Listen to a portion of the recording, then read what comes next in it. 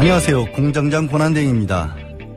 잠시 후 9시 30분이면 대한민국 재계 1위 삼성의 후계자 이재용 부회장이 피의자 신분으로 특검에 출두합니다. 그는 삼성을 물려받기 위해 국민연금을 위험에 빠뜨렸다는 의혹을 받고 있습니다. 서민들이 불안한 노년을 준비하기 위해 오늘을 아껴 모으고 있는 돈입니다. 페이스북 창업자 마크 주커버그는 딸이 태어나자 자신이 가진 지분의 99%를 사회에 환원하겠다고 했습니다. 그 돈으로 질병과 가난을 물리치면 딸이 보다 나은 세상에서 살 수 있을 것이기 때문이라고 합니다. 자식이 더 나은 세상에서 자라기를 바라는 마음이 모든 부모의 마음이라고 합니다. 이재용 부회장은 엄청난 혼자만의 돈을, 주커버그의 딸은 함께 살아갈 수많은 사람으로부터의 축복을 물려받는 것 아닐까요? 우리는 과연 무엇을 유산이라고 부를 수 있을까요? 악마 변호사의 짧은 생각, 양지열이었습니다. 예, 이 정도는 알아야 할 아침 뉴스, 뉴스공장 홍보소, 이한류의 시사인. 예, 김은지입니다. 예, 안녕하세요. 예, 안녕하세요. 예. 아, 이제 나흘째입니다. 네, 목요일입니다. 예, 내일 하루밖에 못 보는 거예요, 그럼 더? 아. 벌써 아쉬워지는데?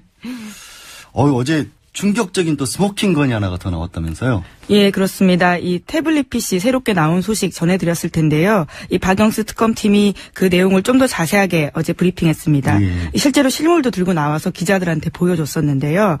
이 브리핑에서 최순실 씨 태블릿에 저장된 이메일은 100여 개 정도라면서 이 주된 내용은 최순실 씨의 독일 회사 코오스포츠의 설립 과정과 이 삼성지원금 수수 내역이다 이렇게 밝혔거든요. 예. 이 삼성전자가 이 코오스포츠에 2015년 8월에 220억 원대 규모의 컨설팅 계약을 맺었습니다. 그건 알려줬던 거고. 예. 근데 삼성은 이제까지 이 사실은 인정하지만요. 이 지원금이 최 씨 일가에게 쓸지 몰랐다. 이렇게 밝히고 있거든요. 그렇죠. 예, 그런데 최 씨가 독일에서 쓴 자금과 관련된 이메일 송수신 상대방을 보면요. 이 삼성 관계자가 있다라는 겁니다. 그러니까 직접적으로 다 알면서 얘기를 해왔다는 거고. 네. 굳이 이교철 특검보가 실물을 들고 나왔어요. 네. 그럼 최순실 씨가 그동안 사실 그쪽에서는 JTBC 태블릿 PC는 뭐 조작된 것이다 이런 얘기를 해왔지 않습니까? 예, 그렇죠. 그거를 막기 위해서 아마 들고 실물까지 보여준 것 같은데 이제는 인정한답니까? 뭐 여전히 감정이 필요하다라는 주장을 하고 있는데요. 굉장히 감정적으로 나오네. 예, 그런데 어제 이 기자들 앞에서 핸드폰 그러니까 이 태블릿 PC 이 잠금을 푸는 모습도 보여줬거든요. 이제 그러면서 이것이 L자 표시인데요. 예. 이것은 이 최순실 씨의 기존에 있는 스마트폰뿐만이 아니라요. 이 JTBC가 입수한 태블릿 PC까지 모두 똑같은 잠금 똑같다. 패턴이라고 합니다. 그거 하나를 안 바꾸고 다 같이 썼나 보네. 근데 이 기사 보니까 이 태블릿 PC를 삼성이 줬을지도 모른다는 얘기가 나오더라고요. 예, 그렇습니다. 굉장히 공교로운데요. 이 최순실 씨, 이 태블릿 PC 이번에 나온 것은요, 이 갤럭시 탭 S2 모델 은빛 색상입니다. 그런데 최순실 씨가요, 이 태블릿 PC 처음 사용한 게 2015년 7월 25일이거든요. 개통한 날짜라는 거죠, 그게? 예, 그렇습니다. 사용된 날짜로 찍히는 건데요. 그런데 이때는 이 해당 태블릿 PC가 세상에 나오기 전입니다. 그러니까 정식 출시되기 일주일도 전에 이미 사용을 했다라는 거죠. 그게 어떻게 가능하죠? 그러니까요. 그러면 그 삼성이 줬다. 그래서 이제 보도가 그렇게 나온 거잖아요. 예, 그렇습니다. 삼성이 전달했을 가능성이 아주 큰데요. 최순실 씨가 뭐 어떤 수로 이 출시도 되기 전에 태블릿 PC를 사용했는지에 대해서는 의문을 낳을 수밖에 없고요. 또 하필이면 그날이요. 이 박근혜 대통령과 이재용 부회장이 독대한 날입니다. 7월 25일. 예, 2015년 7월 25일인데요. 아니, 신제품 나오면 막 줄 서서 그거 기다렸다가 사고 그러는데. 예, 굉장히 관심도 높고요. 그러니까요. 예. 갤럭시 탭 같은 경우도 삼성이 주력으로 밀었던 상품 중에 하나고. 근데 아직 GPS는 추적을 안 했다고 했잖아요. 특검에서. 예, 아직 뭐 이제 공개를 안 한 건지 뭐 아직 수사에 이제 들어간 건지 모르겠는데요. 이게 1월 5일에 이제 특검에 손에 들어온 거거든요. 예. 이제 그러니까 한참 이제 수사가 진행되고 있는 것으로 보입니다. 근데 제가 그걸 물어본 이유가 GPS 위치 추적 장치가 이게 전원을 켜는 순간 나오잖아요. 예, 그렇죠. 7월 25일 날 최순실 씨가 이 전원을 켰을 때 과연 어디에 있었을까? 굉장히 주목되는 바입니다. 혹시 이재용 부회장이 청와대에서 박근혜 대통령을 만나고 있었을 때 그 주변 뭐 청와대 인근 이런 데서 기다리고 있으면서 다 보고를 기다리고 있었던 건 아닐까. 혹시 그런 생각이 들었는데 최순실 씨가 교과서도 최순실이 만들었다면서요? 예, 뭐 국정교과서 그때 뭐 혼이 비정상 이런 이야기들이 많이 나오면서 혹시 그런 워딩이 최순실 씨에서 나온 게 아니냐 뭐 이런 의혹들은 있었잖아요. 그런데 이 태블릿 PC에서요, 이 국정교과서에 개입한 정황도 확인됐다라는 겁니다. 이 태블릿 PC를 분석하는 과정에서 특검이 확인한 내용인데요. 이 최순실 씨가 2015년 10월 13일 이 청와대 수석비서관 회의를 앞두고 작성된 대통령 말씀 자료를 미리 받아보고 수정했는데요. 여기에는 이 국정교과서 관련된 발언이 나옵니다. 최순실 씨가 수정한 내용은요, 이 대한민국에 대한 확고한 역사관과 자긍심을 심어주는 노력을 하지 않으면 우리는 문화적으로도 역사적으로도 다른 나라의 지배를 받을 수 있습니다. 이렇게 직접 수정해서 추가했다라는 건데요. 아니, 이 말만 놓고 보면 뭐 딱히 나쁠 것 같진 않은데 하여튼 문제는 이 역사관과 자긍심이 결국 최순실 씨가 우리 학생들에게 심어주려 했던 것이었고, 지금 국정교과서 그렇게 폐지해야 한다고 하니까 국정교과서에 쓰였던 기준을 그대로 검정교과서에 반영을 해서 사실상 국정교과서나 마찬가지로 만들겠다, 이런 계획을 또 세우고 있는데 그 배후에도 결국 최순실 씨가 있었다. 우리 학생들의 미래 내지는 대한민국의 미래가 최순실 씨의 역사관에 의해서 좌우될 뻔한, 아직은 안 끝났잖아요. 진행형이잖아요. 예, 그렇죠? 그렇습니다. 예, 최순실 씨는 참 역사학자였던가요? 뭐 많은 것들을 하셔서요. 뭐 직업이 어떻게, 본인 말로는 임대업자라고 주장을 하고 있지만요. 지금까지 해왔던 것들을 보면 뭐 역사학자뿐만이 아니라 뭐 사실상 대통령이었던 거죠. 아니, 예. 다른 것보다도 이 교과서를 건드렸다는 부분이 굉장히 저는 마음이 걸리네요. 예. 근데 또 다른 뉴스가 이 특별사면과 관련해서도, 재벌회장이 특별사면과 관련해서도 또 새로운 의혹이 제기된 게 있죠. 예, 이 뇌물죄에 관련해서는요, 이 삼성뿐만이 아니라 이 SK도 관계가 있다라는 특검발 뉴스인데요. 이 2015년 8월 15일 이 특별사면으로 풀려난 SK 최태원 회장이 이 정부의 특별사면 공식 발표 사흘 전에 이 교도소에서 사면해줄 테니 경제 살리기 등에 나서야 한다라는 취지의 박 대통령 쪽 요구를 전달받고 이를 수용한 사실이 담긴 녹음 파일을 이 특검팀이 확보했다라는 건데요. 이 구체적인 워딩을 보면 좀 재밌습니다. 이 SK의 이 김영태 부회장이요, 직접 구치소로 이 8월 10일에 가거든요. 이제 거기 가서요, 이런 이야기를 합니다. 왕 회장이 귀국을 결정했다. 우리도 왕 회장이 귀국을 결정했다. 예, 우리도 짐이 많아졌다. 분명하게 숙제를 줬다. 이렇게 이야기를 합니다. 이게 무슨 뜻이에요? 진짜 암호 같은 말인데요. 이 특검팀에서는 이렇게 의심하고 있습니다. 이 아무래도 구치소 접견 같은 경우에는 녹음이 다 되거든요. 이제 그러니까 민감한 이야기들은 다 은어로 주고받는다라는 건데요. 이 여기서 왕 회장은 박 대통령, 귀국은 사면. 그리고 숙제는 미르와 K스포츠 재단 지원. 이런 것을 의미하는 게 아니냐라는 거죠. 무슨 스파이 영화를 너무 많이 본 것 같네. 그렇죠? 근데 이거는 제가 조금 어제 언론에 나온 걸 보고 마침 보강 취재를 좀 할 수가 있어서, 구치소는 아니고 당시에 이제 의정부 교도소에 최태원 회장이 있었다고 합니다. 그런데 원래 이게 형이 확정이 된 기결소 같은 경우에는 일부 신문에는 구치소로 나왔어요. 예, 그렇습니다. 이 형이 확정된 경우에는 녹음을 안 하거든요. 법적으로 못 하게 돼 있어요. 근데 최태원 회장에 대해서는 추가 혐의를 받고 있는 상황이어서 그 부분에 관해서는 미결수의 지위에 있는 거나 마찬가지라고 해서 특별하게 녹음을 했고, 이번에 특검에서 발표를 하기는, 특검에서 발표한 건 아니죠. 특검에서 수사를 들어가긴 했는데 이미 검찰 특별수사본부 당시에 재벌 회장들과의 뇌물죄 관계를 알아보기 위해서 검찰에서 다 자료를 확보를 했다가 미처 다 검토를 못하고 넘겼던 게 특별수사본부에서, 이번에 특검에서 찾아낸 거라고 합니다. 그래서 상당히 신빙성은 있는 그런 어떤 뉴스라고 그렇게 확인이 됐습니다. 자, 그런데, 문영표 전 보건복지부 장관. 네. 이분도 뭔가 좀 국민연금 이사장직 할 때 고개를 갸웃거린 사람들이 많았는데 그것도 결국엔 문제가 있었다는 보도가 나왔네요. 예, 그렇습니다. 이 대통령 뇌물죄와 관련해서 굉장히 중요한 단서 중에 하나인데요. 이 구속되어 있는 문영표 전 장관이 최근 이 조사에서 박 대통령이 국민연금공단 이사장 자리를 약속했다. 이렇게 진술했다라는 겁니다. 그러니까 직접적으로 자리까지 약속하면서 해달라고 했던 게 무엇이었냐라고 볼 수밖에 없는 건데요. 이 문영표 장관 같은 경우에는 2015년 7월에 이 메르스 대응에 대한 실패한 책임자로서 경질 위기에 내몰렸었습니다. 그러니까, 온 나라가 그때 난리였는데. 네. 그리고 결국 한 달 뒤에 장관직에 물러나는데요. 의아했던 부분은 4개월 뒤에 이 국민연금공단 이사장으로 복귀를 하거든요.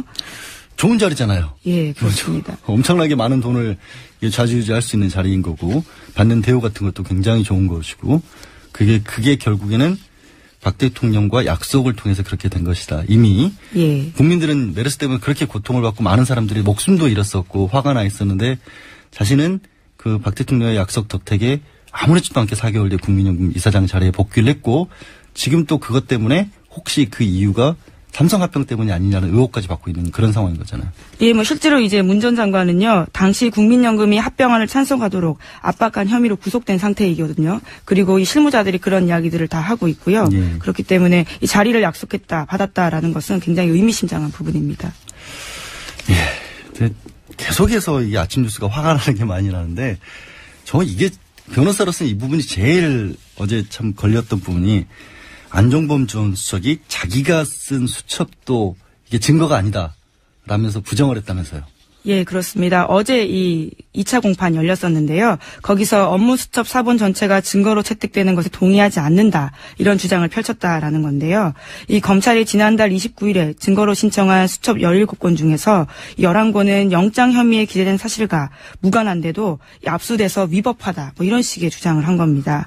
하지만 검찰에서는요, 이 변호사가 일부 발췌해서 낸 내용을 검찰이 보고 수첩이 더 있다라는 것을 알고 가져온 것뿐인데 이제 와서 왜 그렇게 말을 하느냐라고 하면서요, 이 자신에게 유리한 부분만 검찰이 낸다고 할까봐 오히려 전체를 낸 건데 어떻게 그렇게 이야기할 수 있냐라고 공격을 했고요. 그러면서 검찰에서는 오히려 안 전 수석이 어떻게든 대통령에게 불리한 증거를 빼려고 이렇게 막는 거 아니냐. 결국은 배후에는 대통령이 있다. 볼 수밖에 없다. 이런 이야기도 했다고 합니다. 그러니까 압수한 게 위법한 건데 그 이유가 수첩 일부를 보여줬는데 그걸 보고 검찰에서는 이런 내용이라면 필요하다. 혐의하고 직접적으로 관련이 됐다. 그래서 나머지 전체 수첩을 압수를 했고 예, 그렇죠. 법원이 발부한 영장에 근거해서 압수를 했는데 그게 우리는 조금만 주려고 그랬는데 왜 다 가져갔느냐. 그러니까 나머지는 다 불법이다. 이런 얘기 아니에요. 예, 그런 취지의 발언인 것 같습니다. 그러면서 마지막에 기사를 읽다가 결국에는 이거 재판부가 결정할 문제니까 우리는 이의 한번 제기해 본 거다. 문제 없다. 이런 식으로 얘기를 했는데 저도 그럼에도 불구하고 이런 정말 이의 제기에 대해서도 그래도 법대로 해야 한다라고 말할 수밖에 없는 제 직업이 한스럽습니다. 박 대통령이 참 싫어하는 사람은 참 끝까지 싫어하나 봐요. 예? 다음 뉴스가 그렇죠? 예, 나쁜 사람이라고 찍어서 실제로 인사에도 영향을 미쳤다라는 것이 참 많이 알려진 사실인데요. 이번에는 한강 작가입니다. 문화체육관광부가요, 소설 채식주의자로 세계 3대 문학상에 꼽히는 맨부커상을 받은 이 한강 작가에 대해서 대통령 명의의 축전을 보내자라는 문체부의 건의가 있었지만 사실상 이것을 거절했다라는 특검발 이 보도입니다. 아니, 정말 노벨문학상이 비견될 정도의 세계적인 상이고, 뭐라고 말씀드려야 될지 온 국민이 축하하고 외국에서도 대단한 일이다. 한국이라는 그렇죠. 나라에서 네. 이런 정도의 작품이 나온 것은 엄청난 일이다라고 했는데 다른 것도 아니고 돈 달라는 것도 아니고 청와대에서 축전 하나 보내달라고 했는데 그거를 거절을 했다라는 거잖아요. 예, 문체부에서 이유가 뭐예요? 이유가? 예, 이유가 정확하게 나와 있진 않지만요. 어쨌거나 이 요청을 거절했다라는 진술을 확보했다라는 거고요. 한강 작가 같은 경우에는 블랙리스트에 이름을 올린 사람입니다. 게다가 이 소년이 온다라는 소설은 5.18 민주화 운동을 다룬 소설이거든요. 예, 그런 것들이 배경이 된 게 아니냐 추측만 나오고 있죠. 아니, 혹시 그때 너무 바쁘셔서 축전을 아예 다 못 보냈던 거 그런 거 아니에요, 혹시? 그냥 설마 나는 한강만 찍어서 안 보내진 않았겠죠, 한강씨만. 정황들은 좀 더 찾아봐야 될 텐데요. 2015년 쇼팽 콩쿠르에서 우승한 조성진 피아니스트에게는 대통령이 축전을 보낸 바가 있고요. 또 2014년에도 베니스건 축전에서 황금 사자상 받았던 조민석 커미셔너에게도 보낸 적이 있습니다. 그러면 이분들은 블랙리스트에 없으셨던가? 혹시 그건 모르시죠? 예, 그 부분에 대해서는 확인을 못했습니다. 그걸 좀 확인을 해봐야겠네요. 예, 그렇죠? 예. 그러면 블랙리스트 때문에 그런 건지 그냥 바빠서 그러신 건지 또 알아볼 수가 있을 건데, 자, 이제 오늘 반기문 전 사무총장이 한국에 들어오시는데 약간 안 좋은 뉴스들이 벌써 지금 터지고 있어요. 예, 이 전날부터 이 조금 안 좋은 이야기들이 나오기 시작했는데요. 반기문 전 유엔 사무총장의 동생인 방기상 씨와 조카 반주현 씨가 뉴욕 맨해튼 연방법원에 이 뇌물 혐의로 기소됐다라고 미국 사법당국이 밝힌 바입니다. 이 공소장에 따르면요. 이 두 사람은 2014년 베트남에 있는 경남기업, 이름 익숙하실 텐데요. 고 성완종 회장의 회사입니다. 네. 이 경남기업 소유의 복합 빌딩인 랜드마크 71을 매각하는 과정에서요. 이 중동의 한 관리에게 50만 달러, 그러니까 6억 원대의 뇌물을 건네려 한 혐의를 받고 있는 건데요. 이 방기상 씨 부자에게 적용된 혐의는 해외 부패 방지법 위반, 돈 세탁, 온라인 금융 사기 등입니다. 이 반주현 씨는 지금 현재 체포된 상태고요. 방기상 씨는 아직 검거되지 않았다라고 합니다. 이게 지금 그러니까 이 랜드마크 건물이 뭐 1조 원이 넘는 건물로 알려져 있고 이거를 매각에 실패하는 게 결국엔 성완종 전 회장이 예. 목숨을 끊는 데까지도 결정적인 영향을 미쳤던 거고 아마 반주현 씨 같은 경우는 수수료만 60억 원 가량을 받기로 약속을 했던 건데 그것도 결국엔 제대로 일을 추진한 게 아니었다. 사실상 그냥 중간에서 어떻게 보면 그냥 사기죠. 중개 사기. 예, 브로커 같은. 브로커 같은 걸 하는 바람에 이제 서울에서도 6억 원 정도 손해배상 이미 판결도 받았죠. 예, 서울 북부지방법원에서요. 예. 근데 뉴욕에서는 이거를 뇌물을 줬다는 혐의로 지금 이제 그럼 중동의 매각을 실제로 추진을 했다는 얘기인지 저는 이 부분이 안 나와요. 그러니까 중동의 관료에게 뇌물을 줬다는 얘기는 이 정말로 어떻게든 팔아보려고 하기 위해서 뇌물을 줬다는 건지 아니면 이것마저도 뭔가 그 어떤 브로커로서 그냥 사기를 한 것인지는 조금 더 기다려봐야 될 건데 한 가지 이 문제에 대해서는 참 모르겠습니다. 이 ER6 끝나고 전문가 한 분을 모시고 인터뷰를 또 따로 해보기로 할 텐데요. 지금 한 가지 신기한 거 그런데 뉴욕 검찰도 어떻게 사무총장 그만두기를 기다렸다는 듯이 이렇게 기소를 하는지 모르겠습니다. 예, 또 한국에 들어오기 딱 전날 타이밍인데요. 예. 그 뉴욕 검찰도 뭔가 정치적인 배려 같은 걸 하는 건지. 자, 그런데 반기문 전 총장이 이거는 조금 좀 창피스러운 얘기인데 인천공항에 의전을 요구를 하셨다라는 얘기도 있어요. 예, 오늘 5시 반에 귀국해서 인천공항에서 기자회견도 하고요. 굉장히 중요한 행사들이 진행됩니다. 그런데 귀국을 앞두고요. 반 전 사무총장 쪽에서 인천공항공사의 대통령 등 3부 요인급에게 제공되는 의전을 요청했다가 거절당한 것으로 확인됐다라는 언론 보도인데요. 화려한 의전 대신에 서민들과 함께 하겠다라면서 한때 지하철 기각까지 검토하지 않았습니까? 이 권한대행께서도 그 부분 지적하셨었는데요. 취소하셨답니다. 참 예. 지하철은 취소하셨답니다. 예, 그런 그때의 어떤 의도와는 좀 다른 이야기들이 나와서요. 눈에 띕니다. 예. 이 조정식 더불어민주당 의원실이 확인한 바라는 건데요. 어제 인천공항공사에서 이 확인한 결과 반 전 총장이 특별한 의전을 요구했지만 이 전직 유엔 사무총장에 대한 예우 규정이 없어서 이 공항공사가 요청에 응하지 않았다라고 밝힌 건데요. 이 조 의원 쪽에서는 구체적인 내용은 밝힐 수 없다라고는 했지만요. 관련된 내용들을 보면 이 귀빈실 사용과 기자회견을 위한 연단 설치 등으로 보인다라는 건데요.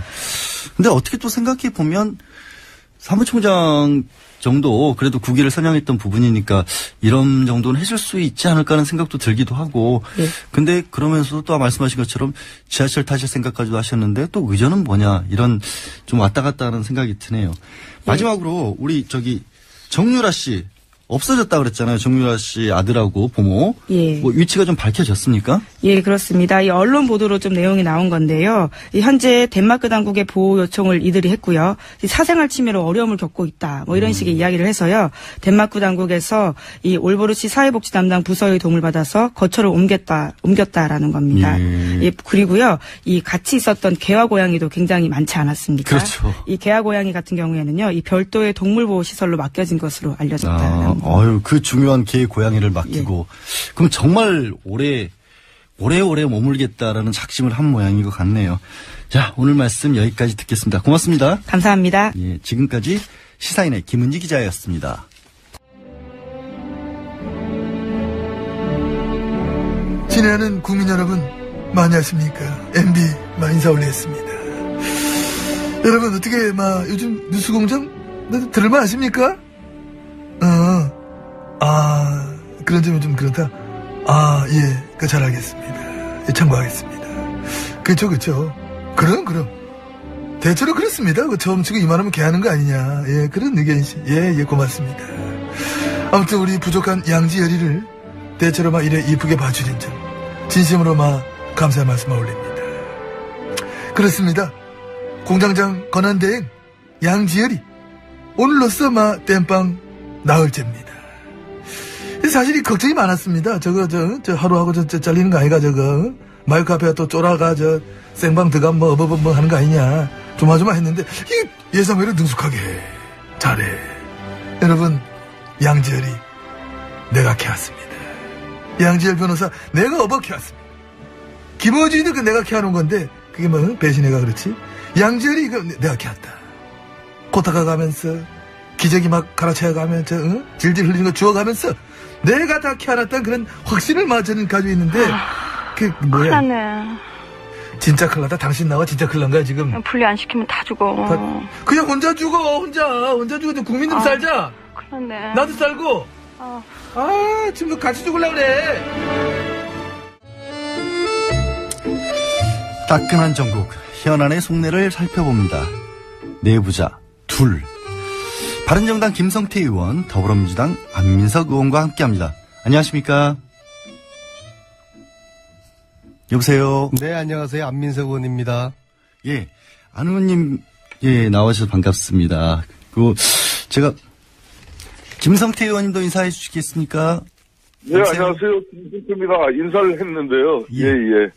예. 저희가 연결을 제가 잠깐, 아시겠지만 권한대행을 맡고 있어서요. 오늘 처음. 김어준 총수 안 왔으면 좋겠어요. 좋네, 더. 예. 안민석 의원님께서요, 저를 딱 보자마자 방송 시작하기 전에 김어준 공장장 끝까지 안 왔으면 좋겠어요. 마음이 편하시답니다.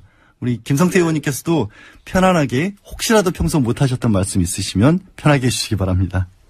예, 그러겠습니다. 근데 안민석 의원께서는 말씀만 그렇게 하고 실질적으로는 김어준한테 더 꼼짝도 못 하시면서 처음부터 왜 저를 또 디스를 하세요? 꼼짝도 못 하셨다. 그런 게 얽힌 게 좀 있으셔서 저한테 그렇게 얘기를 하셨을까요? 자, 일단 먼저 김성태 의원님께서 질문 먼저 주셨으니까 저도 김성태 의원님 관련해서 여쭤보려고 했는데 안 의원님이 독일을 갔다 오셨다고 하네요. 그래서 안 의원님 먼저 말씀을 하나 듣고 가야 될 것 같습니다. 독일은 어쩐 일로? 예, 독일에 지금 최순실 재산이 수조 원이 있다는 이야기는 들리는데 실체를 파악할 수 없었던 참에 몇몇 동포분들이 제보를 주셨어요. 네. 그래서 그 제보를 확인하기 위해서 돈 세탁 전문가하고 또 우리 주진우 기자하고 다녀왔고요. 그 와중에 주진우 기자하고 저하고 팬티 논란이 있었지만은 그 분명히 주진우 기자가 먼저 저에게 도발을 한 것이라는 말씀드리고요. 동포들의 제보는 상당히 신뢰할 만한 제보였고요. 예. 지금도 계속 들어오고 있고요. 예. 앞으로도 들어올 거라고 보고요. 이걸 정리를 해서 발표를 해서 특검에 넘길 예정이고요. 무엇보다도 정유라의 소재 관련해서 체포는 되었는데 정유라를 소환 문제 이것을 확인하기 위해서 독일 검찰을 만났습니다. 근데 독일 검찰의 입장은 이제 덴마크와 한국의 문제지 우리들의 손을 떠났다. 그런 이야기고요. 근데 제가 한 가지 의아한 것은 사실 지난 한 달 전에 정확하게 12월 14일 날 특검을 만나서 정유라 소재 정보를 다 넘겨드렸거든요. 이미 한 달 전에, 그러니까 정유라가 방송국에 의해서 알려지기 전에 소재지를 특검에 이미 주셨다는 거잖아요. 12월 14일 날 밤에요. 밤 10시부터 12시까지 저와 특검 한 분하고 나머지 일행도 있었고 총 5명이서 정보를 주면서 어떻게 정유라를 체포할 건지에 대한 대책을 논의를 했거든요. 대책 논의까지 그냥 단순한 정보 그냥 이런 추측이다 제보다 이런 정도가 아니라 아예 대책 논의까지 하셨다는.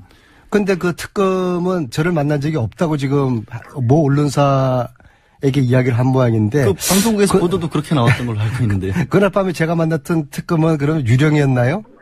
특검분. 왜 그 정보까지 다 줬는데 특검이 왜 체포를 하지 못했는지 그건 제가 이해를 하지 못해요. 혼자 만나신 것도 아니라면서요. 네.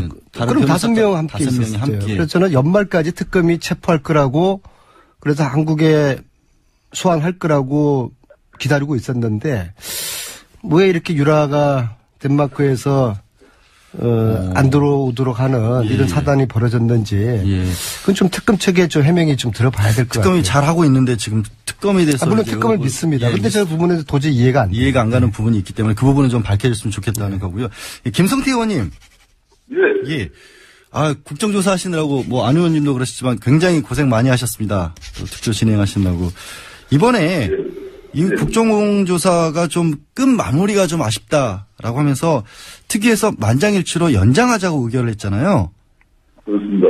특위에서만 의결한 걸로 되는 게 아니고 이 여야 사당에서 논의를 해줘야 하는데 지금 시작하고 있나요? 논의는?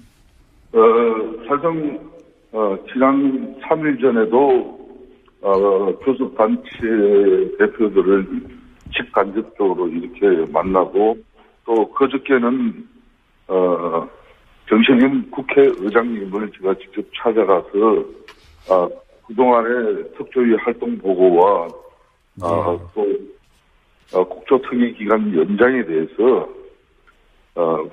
국회 차원에서 특단의 결심을 촉구하는 그런 입장과 또 우리 위원회 의결 내용까지 이렇게 말씀을 드렸습니다. 그럼에도 불구하고 국회의장께서는 사당 교섭단체 간에 합의만 이루어진다면은 원포인트 국회를 열어서라도 기간 연장을 처리할 수도 있다는 그런 입장이었지만은 막상 이 국회는 원내 교섭단체 간의 협상과 합의에 의해서 국회 운영 일정이 잡히는데 그게 지금 수월치 않는 상황입니다. 소리가 좀 많이 울리네요, 의원님. 어디 계신지 좀 모르겠는데 잠깐 제가 안민석 의원께 질문 드리고 연결 좀 다시 한번 해보겠습니다. 안민석 의원님. 그러면 이제 이 특위의 연장이 필요한 이유가 있지 않습니까? 어떤 부분 때문에 물론 국민들이 짐작하는 것도 있지만 그렇게 의결을 하셨나요? 그때? 좀 전에 김성태 위원장님이 지난 2달 동안 국조특위 청문회 운영하시면서 참 애를 많이 쓰셨어요. 수고하셨고요. 특히 저는 이번에 김성태 위원장님을 통해서 균형의 리더십이 저런 거구나. 굉장히 어려운 입시였거든요. 그렇죠. 그런데 여야 어느 쪽에도 치우치지 않고 그러니까 청문위원들한테도 욕먹지 않고 완벽한 균형의 리더십을 보여주신 김성태 위원님 참 수고하셨습니다. 자리에 안 계시니까 또 갑자기 또 좋은 말씀. 없을 때 칭찬하는 게 진정성이 있는 거죠. 그렇죠. 그런데 지금 김성태 의원님 말씀하신 것처럼 저희들은 청문위원들이 만장일치로 국조를 한 달 연장해야 된다. 그래서 국조와 특검이 시너지 효과를 내어서 진실의 퍼즐을 하나라도 더 많이 맞출 수 있어야 된다라고 원내대표들에게 지금 요청을 하고 있는데 기다리고 있지만 오늘 내일까지가 골드타임입니다. 내일 지나면 이제 끝나요, 국조가. 아예 끝나니까. 그래서 기다리고 있는데 만약에 이것을 여야 대표가 담아내지 못하면은 국민의 욕구를 담아내지 못하는 여야 원내대표들 역사적인 비판받을 것이고 참 한심한 것이죠. 이렇게 제가 한마디로 정리하겠습니다. 도대체 뭐가 중요한디?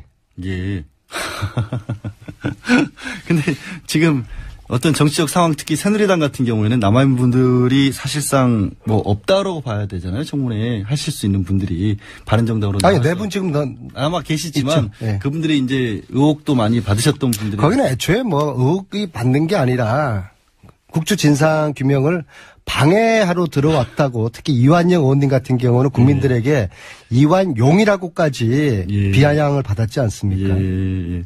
김성태 의원님 다시 연결돼 계시죠? 예. 이제 좀 낫네요. 안민석 의원께서 굉장히 칭찬을 많이 해주셨는데 위원장으로서 이번 국조특위 가장 큰 성과를 거둔 것은 어떤 부분이다라고 말씀하실 수 있을까요? 사실상 이 국조특위 특히 청문회를 개최하는 것은 어떻게 보면 여야 간의 정치 정쟁의 산물로 이 특위가 구성되고 청문회가 이루어지는 겁니다. 그렇기 때문에 역대 그런 여러 국정조사 청문회를 보면은 항상 여야 간의 정쟁에 이 파행을 일삼기가 거의 일수였어요. 그렇지만 이번에는 7차 청문회, 2차례 현장조사 청문회, 2차례 기간보고 이 11차례의 실질적인 조사에 있어서 단 한 차례도 이 위원회가 파행을 겪지 않았다는 것은 아마 대한민국 국회 헌정사에 길이 아마 남지 않겠냐, 이렇게 보고요. 예. 두 번째는 위원님들 17분이 그렇게 열정적으로 이렇게 임한 적이 없어요, 사실상. 예. 물론 이 청문회는 또 국회의원들, 특히 초재선 의원 이런 분들에게는 아주 좋은 기회죠. 예. 50 청문회 당시에 노무현 전 의원이 이제 어떻게 보면 50 청문회를 하면서 스타 반열에 오르고 또 대통령까지 되는 그런 기반을 만들었지 않습니까? 예. 막 그렇듯이 이번에도 최순실의 이런 국정농단의 이 엄중함을 너무나 깊게 인식하고 너무나 많은 노력들을 했어요. 예. 그에 비해서 사실상 이 국회에서 정인으로 채택된 그런 사람들이 계속해서 모른다, 뭐 본 적도 없다. 안 나오고 이런 북출석하면서 이런 무성의한 과거의 국정조사 청문회의 어떤 그런 간섭을 그대로 이어받으려고 했어요. 예. 그래서 이번 같은 경우는 불출석한 정인들 32명 동행명령장까지 발부했는데도 불구하고 안 놓은 사람들 이번에 열의 일명 없이 고발 의결이 됐습니다. 예, 알겠습니다. 그 말은 앞으로 국회 정은 감정에 관한 법률에 의해서 국회 모욕죄로 아마 사법부에서 제대로 처벌만 한다면은 이분들 고생 좀 할 거예요, 저하고. 저기 알겠습니다. 안 의원님, 네. 지금 김성태 의원님의 이제 성과를 말씀을 해주셨는데 그 열심히 하시는 것들은 분명히 맞고 하지만 또 국민들 입장에서 봤을 때는 좀 뭐 여러 가지 뭐 얻은 것도 있지만 여전히 또 제대로 뭐 준비가 덜 된 것 같기도 하고 질문들이 좀 반복된 것 같기도 하고 그런 아쉬움 같은 것들도 좀 남는 것도 있었다. 그런 제일 안타까웠던 점은 이제 진행을 하시면서는 어떤 거 있으셨어요? 저는 좀 김성태 위원장님하고 생각이 좀 많이 틀려요. 저는 한마디로 소문잔 잔치 먹을 것 없었다. 김 위원장님은 굉장히 많은 것을 얻었다라고 생각하시지만 저는 개인적으로 피가 거꾸로 솟을 순간이 여러 번 있었습니다. 첫 번째는요. 그 새누리당의 그 엑스맨 아까 누구라고 뭐 벌써 말씀하셨잖아요. 정말 매국적인 그런 발언 볼 때 그리고 최순실 비롯한 문고리 3인방 증인들 불출석 우병우 김기춘의 그 위증 이래서 이게 국민화병이 지금 생긴 거 아니겠습니까? 청문회 때문에 국민화병이 생겼어요. 그다음에 두 번째로 지금 바른정당으로 가 계신 우리 청문회 위원님들 2달 전만 하더라도 국정조사까지만 하더라도 이분들은 최순실 국정농단의 부역자들이었어요. 정인들 국정조사 정인들 내놓으라고 그러면은 죽어도 못 내놓겠다고 하고 그런데 청문회 기간 동안에 마치 무관한 듯 자기들은 부역자가 아닌 듯 그런 식의 말씀과 증인들에게 신분을 취하는 거 보고서 또 한 번 또 피가 거꾸로 솟았어요. 그때 새누리당 의원, 그때 비박계 의원들하고 지금 그분들하고 다른 사람들입니까? 그때는 유령이었고 지금은 바른정당 의원들입니까? 그러니까 정치를 이렇게 하면 안 되는 지금 여기 이제 김성태 의원님께서 당연히 하실 말씀이 있으실 것 같아요. 안민석 의원님이 국정조사 특유의 아쉬움이나 안타감이 많이 있는 걸로 알고 계십니다만은 그렇다고 해서 2달 가까이 제가 아까도 언급했습니다만은 파행 한번 겪지 않고 서로를 이해하면서 이렇게 청문회를 끌고 온 동료 위원들에게 그런 입에 담지 못할 그 좀 매도를 하는 것은 대단히 부적절한 발언이에요. 그렇다면은 박근혜 대통령 지난 대선에서 박근혜 대통령에게 표 찍었다고 다 이 사람들 대한민국 국민들을 부역자로 몰 겁니까? 그건 아니잖아요. 범위를 점점 두 분 다 확대를 시키고 계시네. 그렇듯이 제 말씀은 청취자분들이 평가할 테니까 위원장님께서 제 얘기를 평가하지 마시죠. 생각하기로는 안민석 의원이 사선 의원으로서 정말 어떻게 보면 이 최순실 국정농단의 그런 실체를 제일 먼저 파헤치고 오늘날 대통령 탄핵까지 이르게 한 장본인 아닙니까? 위원장님 죄송하지만요. 위원장님 잠깐만 말씀해 주세요. 될 때가 된 것이죠. 그렇다고 해서 굳이 같이 2달간 일한 물론 여러 가지 부족하고 미흡하고 또 동료 위원으로서 자기 중심적 어떤 판단에서 좀 마음에 안 드는 부분이 있다고 하더라도 그렇게 또 매도를 하는 것은 그 위원장님은 저는 지금 기본적으로 예, 바른정당과 동료애를 강조하고 계신데 바른정당과 새누리당은 지금 일종의 위장이혼했다고 생각하거든요. 위장이혼이다. 예. 대선 때 되면은 분명히 같이 또 묻힐 겁니다. 그리고 조금 전에 위원장님 사선이라고 표현한 것은 정정해 주십시오. 내리사선입니다. 그렇게 하겠습니다. 네, 감사합니다. 내리사선 의원님께서 아니 저 위원장님 결론은 예. 그렇게 동료 청문위원들을 이렇게 좀 불편하게 이야기를 하는 걸 보면은 그 목적은 이제 조기 대선에서 새누리당과 바른정당이 또 보수 대연합 결집이다 뭐 해가지고 손잡을까봐 미리 그냥 이 예봉을 차단하는 그런 아마 의미에서 그런 발언을 하면은 진작에 그렇게 정확하게 전달해야지. 그 말이에요.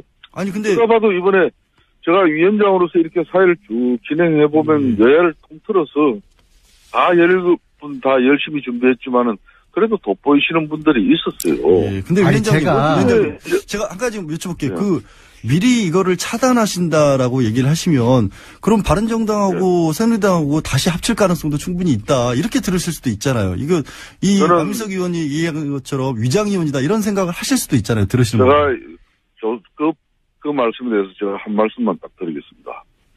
작년 4.13 총선은 우리 위대한 국민들은 정말 대한민국을 이제 양당 체제로서 이렇게 해서는 안 된다는 그런 국민들의 판단 속에 3당 체제가 만들어지고 이제 올해 지금 4당 체제가까지 됐습니다.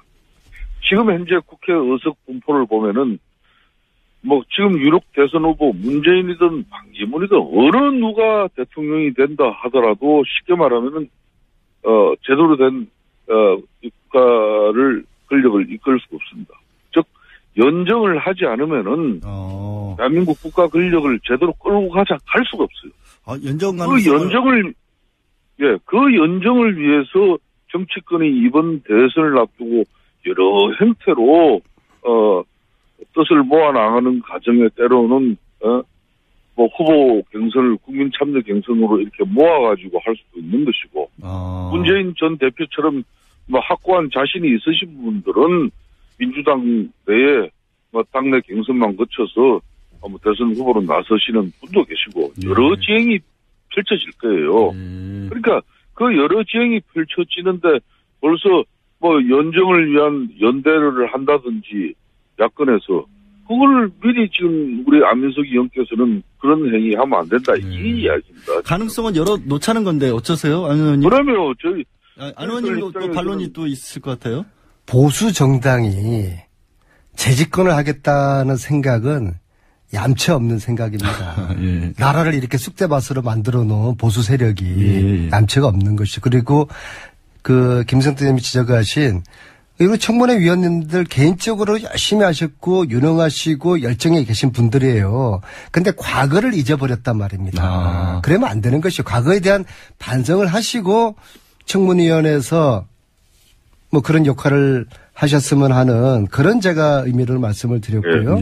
그리고 지금 이제 오늘 반기문 그렇습니다. 그 총장이 귀국하시면서 대선 얘기가 기억 나왔으니까 이제 본격적으로 이제 대선 레이스가 오늘부터 시작된다고 보거든요. 이제부터 오늘의 하루는 이전의 한 달일 겁니다. 그래서 앞으로 무수한 정치적인 변화가 있을 것이고 굴곡이 있을 것이고 구도가 어떻게 짜질지도 변화무성하게 만들어질 것 같은데요.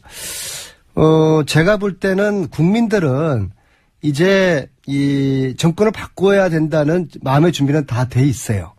그러시겠죠. 그러니까 네. 그렇게 많은 보수 정권에서는 다시는 해서는 안 된다. 이런 생각은 거의 다 공감하고 있습니다. 그런데 문제는 얼만큼 우리 야권이 국민들에게 신뢰와 비전을 주느냐 거기 달려 있는 것이죠. 예. 특히 분열하지 않고 어떻게 야권이 똘똘 뭉쳐가지고 국민들에게 좀 신나는 희망을 주냐. 이번 판도라 영화 보셨습니까? 제가 판도라 영화를 봤는데요. 거기 이런 대사가 나오지 않습니까? 판도라 상자 안에는 재앙과 절망이 있지만 희망 또한 있다. 이 국정농단 속에서 국민들이 아주 좌절하고 분노하고 실망했지만 좋은 지도자를 차기 대통령으로 뽑아야 된다는 그런 희망의 싹을 지금 틔우고 있는 것이거든요. 그래서 보수 정치 세력들은 이제 저희들에게 한번 넘겨준다는 생각하시고 저희들이 국민들과 함께 이 희망의 싹을 잘 키워가겠습니다. 김성태 의원님. 근데 판도라 상자에 남은 가장 큰 저주가 희망이라는 얘기도 사실은 있는데 지금 그 희망이 어떻게 보면 여권에서는 뭐 바른정당도 그렇고 새누리당도 그럴 수도 있지만 반기문 전 총장이 그 희망이 될 수도 있는 상황이잖아요. 김성태 의원님. 예, 지금 안민석 의원께서 뭐 좋은 말씀 했습니다. 이번 조기 대선에서는 보수가 나서서는 안 된다. 저는 일정 부분 동의합니다. 그렇지만은 그 일정 부분 동의하는 보수라는 것은 한마디로 패권주의적 보수입니다. 패거리 정치를 한 그런 보수는 저는 절대 나서서는 안 된다고 봐요. 예. 그런 측면에서 저는 문재인 당대표도 지금 현재 민주당 내에 과거의 친노 또 친문 패권주의가 청산되어져야만 우리 안민석 의원 같은 사람 지금까지 내리사선을 하면서 술 한 번 서지 않고도 용케도 살아남은 사람이지 않습니까? 예. 저런 사람들이 소신을 펼 수 있는 그런 민주당의 뭐 정치 구조가 돼줘야 되는 거예요. 예. 즉 다시 이야기를 하면은 과연 반기문은 흔히 말하는 친박 패권주의를 청산해내고 또 그 어떻게 보면은 굴레를 뛰어넘어서 이렇게 중도 합리성을 추구하는 그런 모든 정치 세력들이 연합을 해서 국민 대선 후보 대통령 후보를 만드는데 본인이 참여하고 민주적인 국민들 이 경선 절차에서 본인이 선택되어지고 그 선택되어진 결과를 가지고 쉽게 말하면은 이 연합군이 만들어지겠죠. 이 연합군이 이제 사실상 아직까지도 이런 패권주의를 제대로 청산하지 못한 그런 후보와 싸워야 됩니다. 지금 후보는 예. 한마디로 뭐 외교 안보의 중요한 문제도 북한의 또 이런 사전 양해도 구하고 뜻도 알아보고 판단하시는 분이죠. 예. 또 뭐 가령 국가의 중요한 결정도 뭐 때로는 자신이 되면 바꿀 수 있는 바로 그런 사람과 싸워야 될 거예요. 예. 오늘따라서 말씀을 왜 이렇게 길게 하세요? 친박의 패권을 씻어야 되는 것은 마찬가지지만 마찬가지로 네. 야권에서도 또 다른 패권을 씻어야 하는 거다. 그 반대로서 반기문 전 총장 제가 그럽니다. 예, 의원이 될 수 있다. 지금 김성태 의원님께서 속내를 딱 패권주의 들키셨어요. 청산 안 하면 힘들어요. 민주당도 결코 패권주의적 청산이 이루어지지 않은 채 대선 후보가 만들어지면은 그것 정말 쉽지 않을 거예요. 김성태 의원님 제가 속내를 알아맞혀 볼게요. 네. 연합군이라는 의미는 그런 겁니다. 지금 반기문의 캠프가 MB계 쪽의 사람들이 짜고 있지 않습니까? MB 시즌2가 시작된 겁니다. 여기에다가 지금 비박계 중심의 바른정당, 거기가 붙고 결국에는 지금 친박, 새누리당이 결국엔 나중에 합류를 할 겁니다. 우리가 남이가. 김종인 위원장까지 가신다는 얘기도 나오잖아요, 벌써. 그래서 거기서 김종인이라든지 안철수라든지 그 중간에 항상 역사적으로 뭐 애매한 정치를 해오신 그런 분들이 예. 그분들은 뭐 끝까지 가봐야 아는 것이고요. 예. 우리는 뭐 그런 정치를 하지 않습니다. 뭐 아니면 도저 뭐 애매한 정치, 회색 정치 그런 거는 저희들이 싫어하고요. 물론 저희들은 지금 앞으로 아까 말씀드린 국민들의 기대에 부응하는 경선을 해야 됩니다. 이 경선을 흥행을 해야 되는데요. 그리고 경선을 흥행을 시키고 지금 현재 과거의 한 형제였던 국민당과 어떻게 연대를 할 수 있는 그런 경선 결과를 만들어내느냐. 두 번째는 우리 문재인 그 전 대표께서 넉넉한 마음으로 내려놓을 수가 있겠는가. 경선 룰에서 사소한 거 가지고 싸우지 말고 통 크게 내려놓을 수 있겠는가. 그다음에 세 번째로 촛불 민심을 우리가 야권이 얼만큼 수용을 할 것인가. 리셋 대한민국을 만들기 위한 개혁 법안을 얼만큼 앞으로 남은 기간에 추진할 것인가.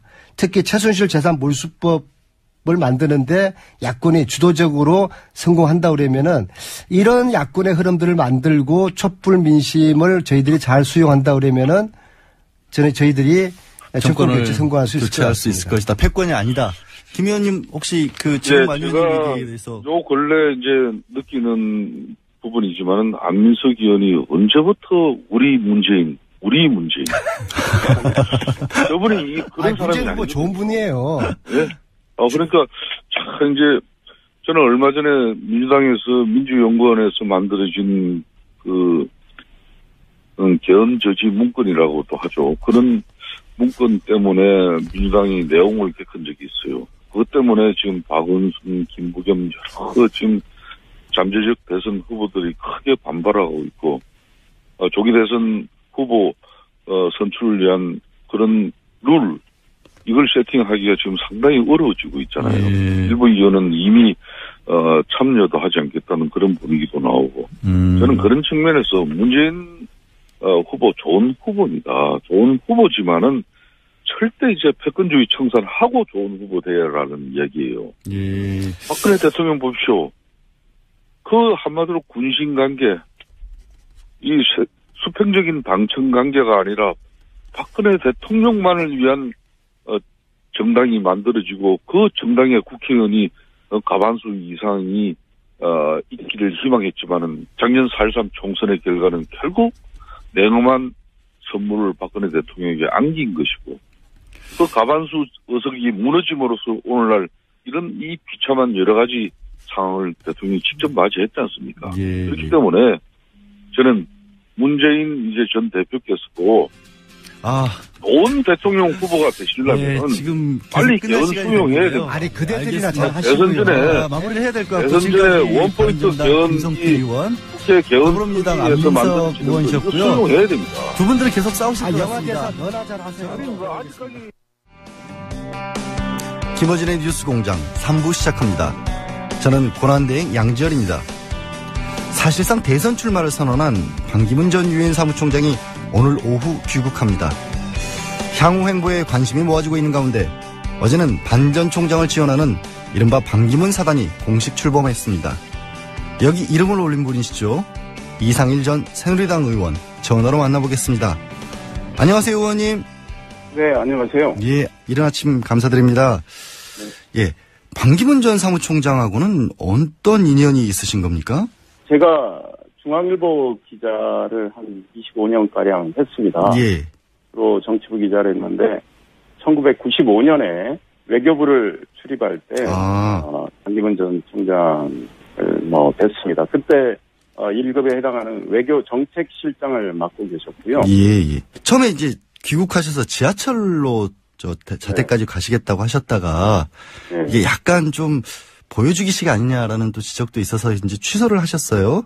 그거는 뭐 특별히 이유가 있는 건 아니고 그냥 그런 여러 가지 논란을 피하기 위한 행보 정도라고 생각하면 되겠죠. 말씀하신 대로 보여주기라는 측면이 있고 또 현실적으로 공항에 제가 보기에는 예상컨대 거의 150에서 200여 명의 기자들이 나올 가능성이 있고요. 또 환영하시는 분들이 저희들이 최대한 출영을 자제해 주시면 고맙겠다라는 이야기를 했지만 많은 분들이 나오실 텐데 그 기자들과 환영하는 분들이 함께 이동해서 철도로 만약에 이동을 해서 한 열차에 한 칸을 탄다면 거의 다 메울 것 같고 그러니까요. 또 그 공항철도를 이용하시는 국민들께 많은 불편을 드릴 것 같고 그런 걱정이 현실적으로 들어서 그냥 공항에서 국민들께 귀국 인사하고 기자들과 현장에서 많은 문달이 이루어지기는 어려우리라고 보는데요. 예, 알겠습니다. 답을 좀 하고 승용차로 대구로 가시는 게 낫겠다 이런 판단을 했습니다. 예. 지금 이제 진도 팽목항과 또 이제 노무현 전 대통령 묘역이 있는 곳이죠. 봉화마을 방문하시겠다. 이 부분을 딱 꼬집어서 굳이 언급하시는 어떤 이유가 있을까요? 저희 준비하는 쪽에서 그걸 발표하거나 언급하시는 건 없는데, 이제 일부 기자들이 취재를 잘하니까 보도가 됐는데요. 그 이상의 여러 곳도 방문하실 계획입니다. 주로 다음 주에 이루어질 걸로 아는데요. 봉화마을은 당연히 가야 될 곳이라고 생각을 합니다. 왜냐하면 내일 서울에서 현충원 참배를 하시잖아요. 그 전직 대통령 묘역을 차례로 참배를 하시고 일반 용사 묘역도 참배를 하실 건데 예.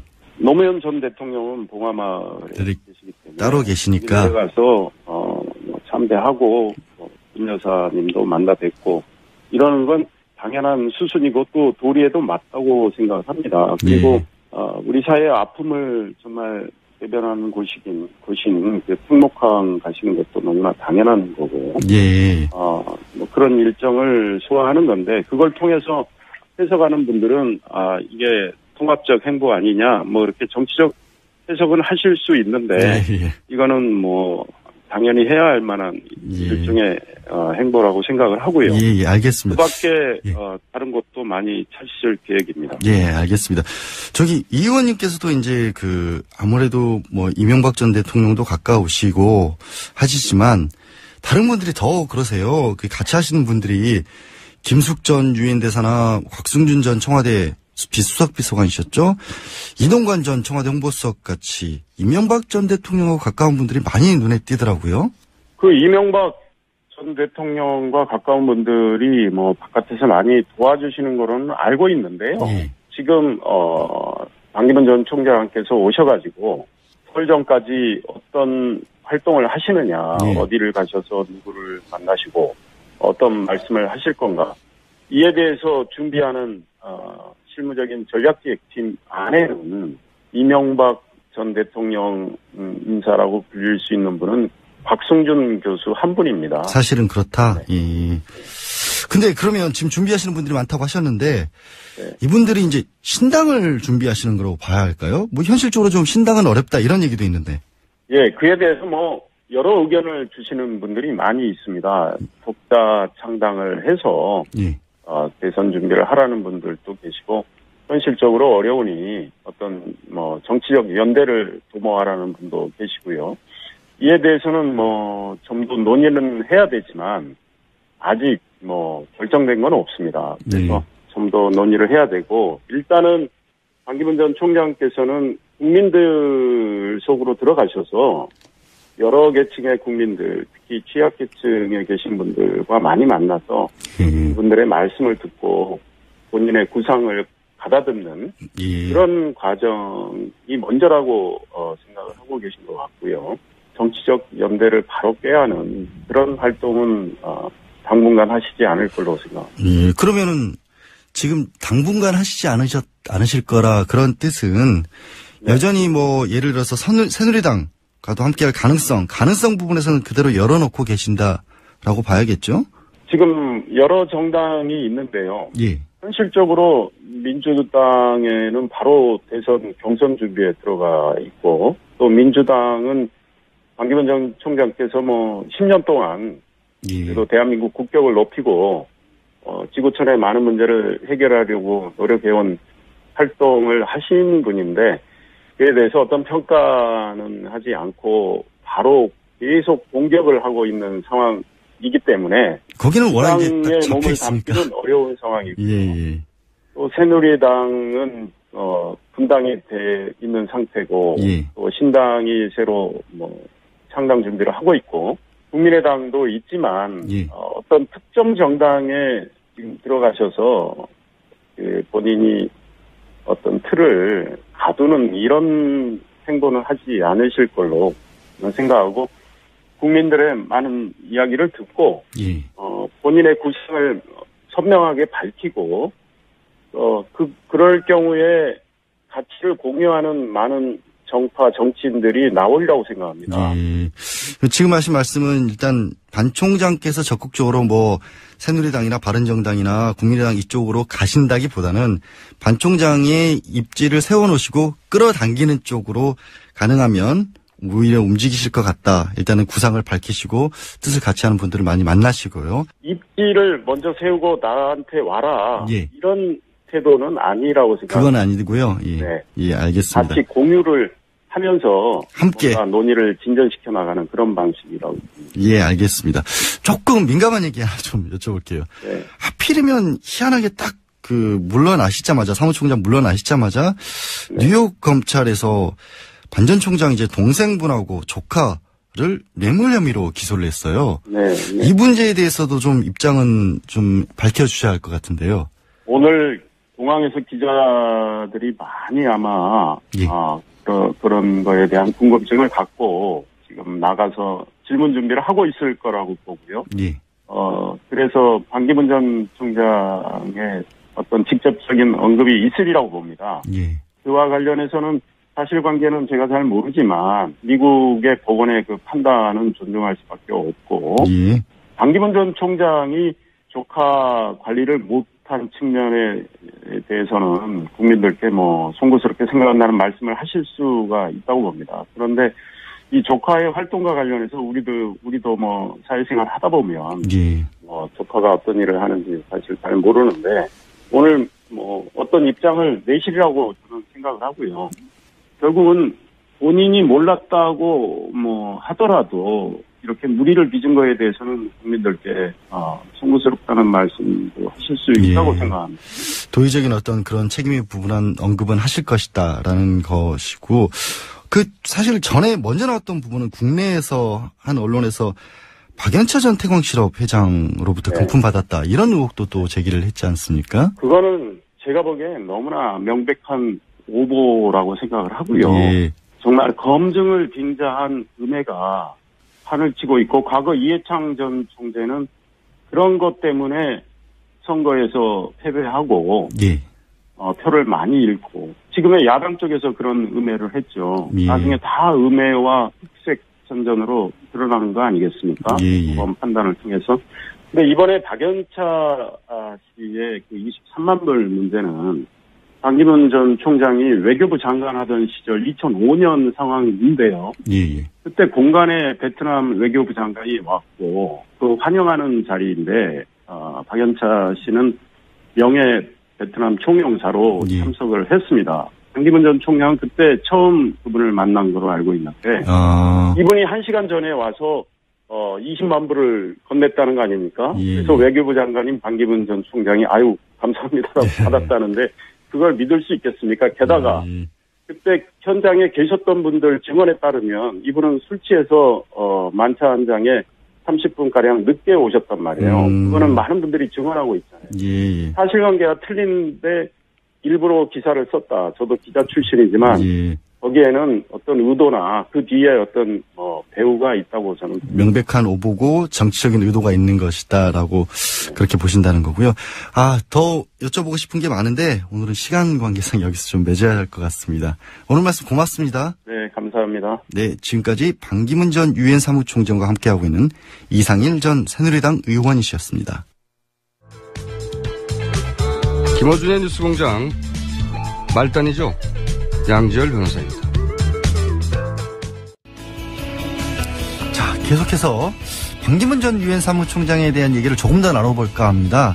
김남국 변호사 나오셨습니다. 안녕하세요. 안녕하세요. 김남국 변호사입니다. 예, 반 전 총장이 귀국하자마자 바로 이 귀국 앞두고 좀 전에도 잠깐 얘기 나왔습니다만 반 전 총장 동생과 조카가 뉴욕 법원에 기소가 됐습니다. 지금 이 사안 구체적으로 또 모르시는 분들 계시니까 사건 설명을 좀 해주세요. 네, 미 연방검찰이 공소장을 통해 밝힌 내용을 간단하게 좀 설명을 드리겠습니다. 경남 기업이 2013년경부터 유동성 위기에 시달리게 됩니다. 그래서 경남 기업이 보유하고 있었던 랜드마크 72라는 건물을 긴급하게 조금 매각해야 될 상황에 처하게 된 것이죠.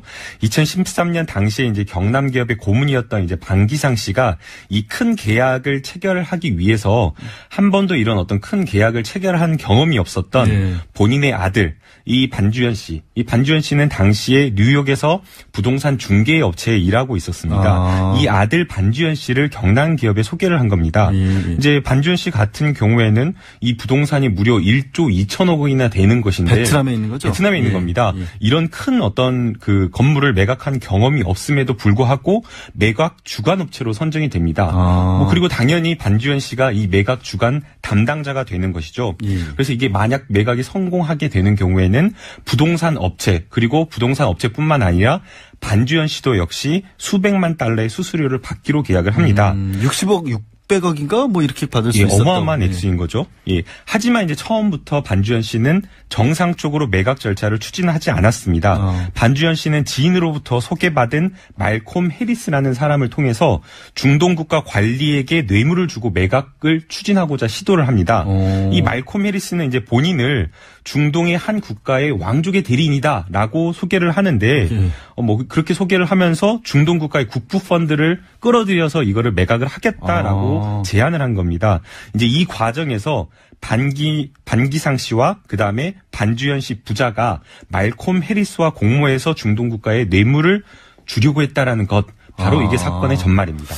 아니 그러면 이 사람이 말콤 해리스 뭐 이런 사람이 카타르하고 실제로는 관련이 없는 사람이라는 거 아니에요. 중동하고는 직접적으로는. 네. 그런데 어찌됐든 중동 쪽에 주려고 했다가 50만 달러를 가로챘다. 뭐 이런 얘기 아닌가요? 그러니까 긴급하게 이 사람들은 저 반기상 씨하고 반주현 씨 같은 경우에는 중동에는 직접적으로 인연이 없으니까 누군가 한 사람을 소개받았고 그 사람을 통해서 중동에 팔려고 했는데 오히려 이 사람이 가로챘다. 뭐 이러면 실제로는 반기상 씨하고 반주현 씨는 오히려 당한 거 아니에요? 사기를? 예, 맞습니다. 그러니까 일부에서는 그래서 반기상 씨와 반주현 씨가 오히려 미국 국적의 말콤 해리스에게 사기를 당한 것이 아니냐라는 이런 이야기를 하기도 합니다. 예. 그런데 이제 미 연방 검찰이 밝힌 내용은 완전히 다릅니다. 뉴욕 연방 검찰은 반기상 반주현 씨 부자 그리고 말콤 해리스 그리고 반주현 씨의 조력자 등이 4명이 함께 공모해서 이 사건 범죄를 일으켰다라고 지금 판단을 하고 있습니다. 이 죄목을 보면요 어마어마합니다. 그 연방 형사법상 해외 부패 방지법 위반, 사기, 돈 세탁, 문서 위조, 신용 도용 등의 혐의를 기소를 한 겁니다. 아, 단순하게 뭐 사기 하나 정도가 아닌 거예요? 예, 맞습니다. 적용된 혐의가 엄청나게 많은데요. 연방법을 적용을 했다는 거고. 네, 이 적용된 혐의도 엄청나게 많은데 각각의 이 범죄 공모자들에게 최대 적용된 형량을 보게 되면 누가 가장 주도했는지를 알 수가 있습니다. 반기상 씨에게 적용된 혐의의 최대 형량은 30년, 그리고 반주현 씨에게 적용된 혐의의 최대 형량은 62년. 62년. 말콤 해리스에게 적용된 혐의의 최대 형량은 32년, 그리고 반주현 씨의 조력자는 5년이기 때문에 미 연방 검찰은 반기문 전 총장의 반주현 씨, 조카인 반주현 씨를 이 사건의 피해자가 아니라 주범으로 적시한 것으로 판단할 수 있을 것 같습니다. 그 얘기는 그 4사람 정도가 같이 짜가지고 뭔가 뇌물을 주고 뭔가 부정한 짓을 하려고 하다가 중간에 그 일당 중에 한 사람이 돈을 가지고 튀었지 애초부터 그 사람에게 당한 건 아니었다라는 거죠. 그렇게 볼 수 있을 것 같습니다. 최고형이 60년이에요? 62년이라고 합니다. 62년이요? 네. 어마어마한 형량이 될 수 있을 건데. 근데 지금 반주현 씨 얘기를 했는데 이게 이 부분이 한국에서도 문제가 됐잖아요. 사실은. 예. 이 카타르 투자청으로부터 인수의향서 같은 걸 받았다. 그러니까 이거를 경남기업 쪽에 자기들이 열심히 일을 하고 있다는 걸 보여주기 위해서 카타르 투자청하고 이런 어떤 이메일 같은 걸 주고받았는데 그거는 이제 경남기업 쪽에 제시를 하면서 자, 우리 이렇게 지금 매각 추진 실제로 하고 있다라고 했는데 이게 위조였다는 거 아니에요? 예, 이것도 지난해 우리나라 법원에서 확인된 사실입니다. 사실은 이제 성완종 전 회장이 자살하기 하루 전날에도 인터뷰에서도 랜드마크 72 이 건물이 매각되고 있다라고 믿고 있었던 것으로 보이는데 사실 지난해 우리 법원에서 확인된 내용에 보면 사실은 아니었던 것 같습니다. 경남기업 법정관리원이 반주현 씨를 상대로 손해배상 청구를 소송을 제기를 했습니다. 이 과정에서 반주현 씨가 경남기업으로부터 이 랜드마크 72 매각 과정에 어떠한 노력을 했는지가 여러 가지 증거들이 제출이 되었는데요. 그중에서 가장 이 법원의 판단 근거는 카타르 투자청 명의의 인수의향서입니다. 그런데 이 인수의향서의 서명, 그다음에 뭐 양식 이런 것들이 완전히 날조되었다는 겁니다. 그리고 실제 이 내용은 법원에서 확인된 것뿐만 아니라 카타르 투자청에서도 이러한 내용은 위조된 것이다라고 확인을 해줬습니다. 경남기업 성완종 회장 같은 경우는 회사가 어려워지니까 베트남에 일전화되는 그거를 팔아서라도 어떻게든지 살려보려고 했었는데 결국 그게 실패하면서 자살까지 이르는 그런 상황이라고 볼 수 있는데 그거를 조카, 반기문 전 총장의 조카가 다 했다는 건데 지금 이번에 이제 뉴욕에서 기소된 거 이거는 이게 벌써 말씀하신 것처럼 이미 우리나라에서도 지지난해였죠. 벌써 2년 전이고 이게 왜 근데 이제야 기소를 한 거죠? 공교롭게도. 뭐 이게 단서를 이제 찾아서 그런 걸까요? 예, 아마도 그 뭐 우리나라 검찰도 그렇고 미국 검찰도 그렇지만 특별하게 결정적인 명백한 증거가 없는 이상은 공소를 유지하기가 어렵기 때문에 아마 증거를 찾고자 했던 노력이 있었던 것으로 보입니다.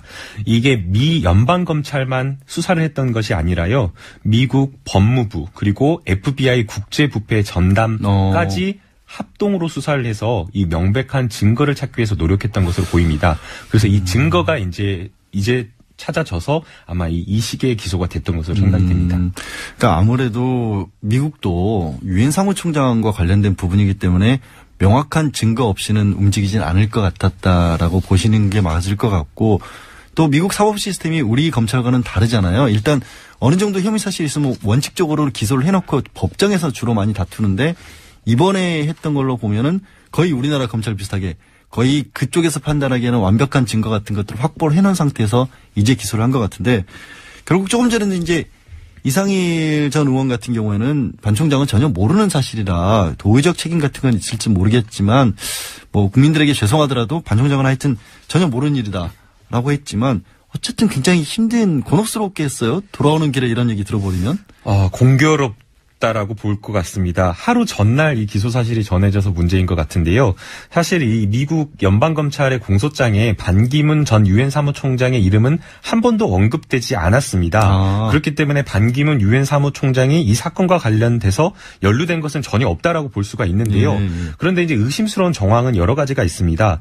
이 조카 반주현 씨가 2013년부터 2년간 경남기업과 주고받은 이메일 내용들을 보면 반주현 씨는 큰아버지인 유엔 사무총장이었던 반기문 유엔 사무총장을 여러 차례 언급합니다. 그 내용을 제가 그대로 불러드리면요. 반기문 총장이 랜드마크 72 매입을 국왕에게 언급했다. 랜드마크 매입과 관련해 카타르 국왕 승인도 받았다는 등 이제 반 총장과 카타르 국왕을 앞세운 겁니다. 따라서 이제 반기문 전 유엔 사무총장은 이 내용을 전혀 몰랐을 것으로 생각이 되지만 여러 가지 어떤 의문스러운 정황이 있기 때문에 이런 부분에 대해서 명백한 어떤 해명이 좀 필요한 부분이라고 생각이 됩니다. 지금 이제 뭐 돌아가신 송환종 회장 같은 경우가 충청포럼 회장했던 분이고 반기문 전 총장과는 오래전부터 인연이 좀 있었다. 뭐 반기문 대통령 만들기에 앞장섰던 분이었다. 그런 얘기가 나오고 있잖아요. 그러면 정말로 반 총장이 아무것도 몰랐을 것이냐. 아니면 예를 들어서 카타르 국왕과는 만난 적은 있어요? 어떻게 돼요? 카타르 국왕, 이제 지금 반주현 씨는 카타르 국왕을 만나서 일종의 뭐 로비를 했다. 이런 거를 지금 경남기업에 자랑을 했다는 거 아니에요? 우리 삼촌이, 외삼촌인가요? 삼촌이죠, 그냥. 네. 우리 삼촌이 국왕 만나서 얘기까지 다 해놨으니까 실제로 팔 수 있을 것 같다라고까지 이제 경남기업이 얘기를 했다는 건데 실제로 카타르 국왕하고 반 전 총장하고 알아요? 매우 깊은 인연이 있는 것은 아닌 것으로 보이는데 실제 만났던 것은 사실인 것 같습니다. 과연 이제 만나서 구체적으로 어떤 내용의 이야기가 오갔는지까지 확인은 되지 않은 것으로 생각이 됩니다. 다만 이제 우리 국민들이 이제 조금 의심스러운 눈으로 볼 수밖에 없는 것은 너무 유사한 사례가 작년에 있었습니다. 그 최순실 씨의 공소장에 보게 되면 박근혜 대통령이 대기업 총수들과 만난 자리에서 사실은 이건 공적인 자리였는데 그 자리에서 그 최순실 씨 그 정유라 씨의 딸의 뭐 지인의 아버지의 회사인 KD 코퍼레이션을 사실은 이야기를 하고 소개를 하지 않았습니까? 그래서 이제 그런 것들이 국민들한테는 있기 때문에 기억이 있기 때문에 혹시 이 뭐 반기문 전 유엔 사무총장도 카타르 국왕을 만나서 공적인 이야기를 하면서 이렇게 조금 뭔가 이야기한 것이 아니냐. 한마디라도 거두는 게 그래서 아니냐. 이제 그런 의심이 있기 때문에 좀 그런 부분이 조금 의혹인 것 같습니다. 그렇다고 특검을 여기까지 보낼 수는 없잖아요. 네, 그럴 수는 없을 것 같습니다. 예. 이거 말고 아까 이제 이상일 전 의원 같은 경우에는 말도 안 되는 거다. 언론에서 정말 뭐 의혹 제기 수준이 아니라 오보가 확실하다라면서 몇 가지 근거도 얘기를 해 주셨는데 박연차 전 태광실업 회장으로부터 23만 달러 받았다. 이런 의혹에 대해서는 어떻게 지금 뭐 보고 있어요? 이 내용도 한번 그 참에 정리를 한번 해봐 주세요. 잠깐. 예, 이게 그 2005년과 2007년에 있었던 이야기입니다. 그러니까 그 박영차 전 태광실업 회장으로부터 두 차례에 걸쳐서 23만 달러를 받았다. 첫 번째는 20만 달러, 그리고 두 번째는 3만 달러인 겁니다. 그런데 이제 이거와 관련해서 이제 뭐 법조계에서는 꽤나 굉장히 유명한 이야기인데요. 사실은 박연차 회장이 검찰 조사에서 이할 돈을 줬다라고 진술을 했는데도 불구하고 수사를 하지 않았다는 겁니다. 당시 검찰에서 왜 수사를 하지 않았냐라는 이 부분과 관련해서 보도된 내용에 따르면 이거는 유엔 사무총장을 수사하는 것은 우리나라 국격을 떨어뜨린 일이기 때문에 수사를 하지 않았다라는 내용이 보도가 된 것입니다. 그런데 이제 이거와 관련해서 이제 반기문 전 총장 같은 경우에는 정말 이거는 음해성이다. 완전히 사실 무근이다라고 하면서 이례적으로 굉장히 여러 가지 해명을 했습니다. 그래서 뭐 박연차 전 회장이 태광실업 회장이 왔던 어떤 시간이라든지 아니면은 본인의 어떤 일정표라든지 이런 것들을 이야기를 하면서 만난 사실 자체, 그러니까 1시간 먼저 만난 사실 자체가 없었다라고 이야기를 했고요. 그 다음에 이제 또 그 $100짜리 뭐 지폐를 20만 달러로 하면은 한 20문치 정도 되는데 그걸 어떻게 만찬장에서 그걸 들고 다니느냐, 그거는 있을 수 없는 일이다라고 하면서 매우 강력하게 해명을 한 사실이 있습니다. 근데 거기서 해명에서만 끝날 게 아니라 그게 정말로 그렇게까지 음해면 명예훼손 같은 걸로 고소하면 되잖아요. 법적 대응을 하면. 이제 그 부분과 관련해서도 이제 아마 법적 대응을 할 가능성이 있습니다. 이제 사실은 정청래 전 의원이 왜 명예훼손이나 이런 걸로 고소 형사고발을 안 하느냐, 그렇게 하면 되는 거 아니냐라고 이야기를 했는데, 아마도 이제 반기문 전 유엔 사무총장 같은 경우에는 유엔 사무총장 직에 있었기 때문에, 해외에서 직에 있었기 때문에 국내에서 어떤 이런 거와 관련된 거의 형사적인 어떤 소송을 제기하기엔 조금 어려움이 있었죠. 아니 이제 들어오셨으니까 아마도 뭔가 직접적으로 할 것으로는 생각이 됩니다. 그렇기 때문에 아마 가능성도 저도 조금 조심하고 있습니다. 예. 뭐 여기 언론에 나온 부분들 정리한 거니까요. 네. 이거 말고도 사실은 검증대가 많이 있겠죠. 뭐 어떻게 개인적으로 그냥 잘 헤쳐나갈 수 있으실 거라고 생각하세요? 어떠세요? 검증 기간이 짧기 때문에 그렇기 때문에 오히려 더 적극적으로 해명을 해야 되는 것이 아닌가라는 생각이 듭니다. 아, 오히려 더. 네, 그래서 아마도 반기문 유엔 사무 전 총장이 한국에 귀국하게 되면 아마 이런 의혹부터 먼저 해결해 나갈 것으로 생각이 됩니다. 법적으로? 네, 알겠습니다. 지금까지 김남국 변호사였습니다. 오늘 말씀 고맙습니다. 네, 감사합니다. 예, 뉴스공장 청취자들 목소리 전해드리는 시간입니다. 그런데 공장장이 또 자꾸 끼어들어가지고 뭐 말단한테 맡겼다는 이런 얘기를 하고 있는데, 아니 그럼 왜 말단한테 맡겨놓고 자기는 놀러 갑니까? 그게 공장장으로서 책임을 다하는 겁니까? 예, 아이디 지지배님, 김어준 공장장보다 양 변호사가 월등히 잘하시는 건 시간 내에 정확히 마무리하는 거였는데 두 내부자 코너에서는 역시나 실패네요. 현직 의원 두 분을 제가 어떻게 이깁니까? 방송 끝나고 나서도 김성대 의원님은 계속 말씀을 하셔가지고 사실은 전화를 안 끊으셨어요. 방송은 끝났는데. 그래서 작가들이 방송 끝났다고 알려드려야 겨우 끝나셨다고 하는데요. 의원님 다음 주에는 꼭 직접 나와주시고요. 아참, 이 코너 이름이 두 내부자가 아니라 내부자 둘입니다. 아이디 호세님, 양 변호사님 진행 명료하고 깔끔하고 배려 깊고 들을수록 빠져듭니다. 좋습니다. 더 많이 보내주세요. 0189님, 말 많고 시끄러운 김어준 씨의 진행이 뉴스 공장이라면 차분하면서도 톡톡 튀는 양재열 씨 진행은 뉴스 농장이네요. 이참에 양재열의 주말 뉴스 농장 런칭하면 어떨까요? 사장님 듣고 계시죠? 뉴스 농장 좋은데요? 지금까지 뉴스 공장 불만 접수 AS였습니다. 김진애의 도시 이야기, 도시건축가 김진애 전 국회의원 자리에 함께했습니다. 안녕하세요. 네, 안녕하세요. 네, 뉴스 농장 해보시죠. 아니 우리가 동물성 광물성 공장보다는 식물성 농장이 훨씬 더 좋을 것 같아요. 그러게요. 저도 어감도 좋은 것 같기도 하고 주말 농장이라도 생각을 제 맘대로 되는 건 아닌데요. 네. 제가 오셨으니까 드리는 말씀은 아니고 개인적으로 굉장히 좋아하는 코너입니다. 사실 왜요? 우리 사는 공간에 관한 얘기지 않습니까? 무엇보다도 뭐 우리가 정치 얘기도 필요하고 법 얘기도 필요하지만 사실은 잘 살자고 하는 건데 그 얘기를 직접적으로 해주시는 거라서 굉장히 관심 있는 코너인데요. 네. 오늘은 어떤 얘기 들려주실 건가요? 근데 오늘은 공장장 권한 대행이신 양 변호사님이 계셔서 제가 오늘은 제도를 들고 왔습니다. 근데 솔직히는 김어준 공장장님께서는 제도나 이런 부분에 워낙 관심이 좀 떨어지세요. 몰라서 그래요? 네. 네, 몰라서 그래요. 여기서 막 합시다. 막 모르셔서 그런 것도 있고 관심 자체가 좀 그런데 사실은 우리가 도시를 만들고 우리가 삶에 저긴 하는데 우리가 뭐 건축가나 도시계획가 디자인을 얼마나 잘한다, 시장이 얼마나 잘한다 보다도 사실은 법 때문에 생기는 일이 제일 많거든요. 법이 결국에는 이제 가이드라인을 만들어줘야 그렇죠. 그 안에서 움직일 수 있는 그 거니까. 틀 안에서 움직이는데 우리가 특히 이제 경제정책도 굉장히 그렇고요. 그래서 오늘은 이제 요새 다시 또 얘기가 되고 있는 요새 이제 임대주택에 관련된 문제들이 이제 굉장히 큰데, 우리 주택 문제, 사실은 내 집 문제 어떻게 사느냐가 제일 큰 문제 아니에요? 너무 비싸요, 서울은. 글쎄 말이죠. 수도권 같은 경우에는. 그래서 사실은 지난 10여 년 동안 얘기가 계속 있어 왔던 두 가지 제도. 그러니까 전월세 상한제. 상한가. 상한제하고 또 하나는 계약 갱신 청구권. 요 두 가지가 같이 맞물려 돌아갑니다. 세입자들이 다시 계속해서 살게 해달라고 요구할 수 있는 권리하고 그렇죠. 이 계속 전세값 너무 올리니까 어느 정도 좀 한계를 정해놓자라는 전세가 상한제 그 두 가지 말씀을 해주셨다는 근데 거죠. 이게 거의 지금 10여 년 됐어요. 오래됐죠. 법안이 올라온 지도 10여 년 됐고 그러는데 근데 사실은 참 놀라운 것이 근데 요번에는 뭔가가 이루어지긴 할 것 같아요. 이미 이번에는? 이제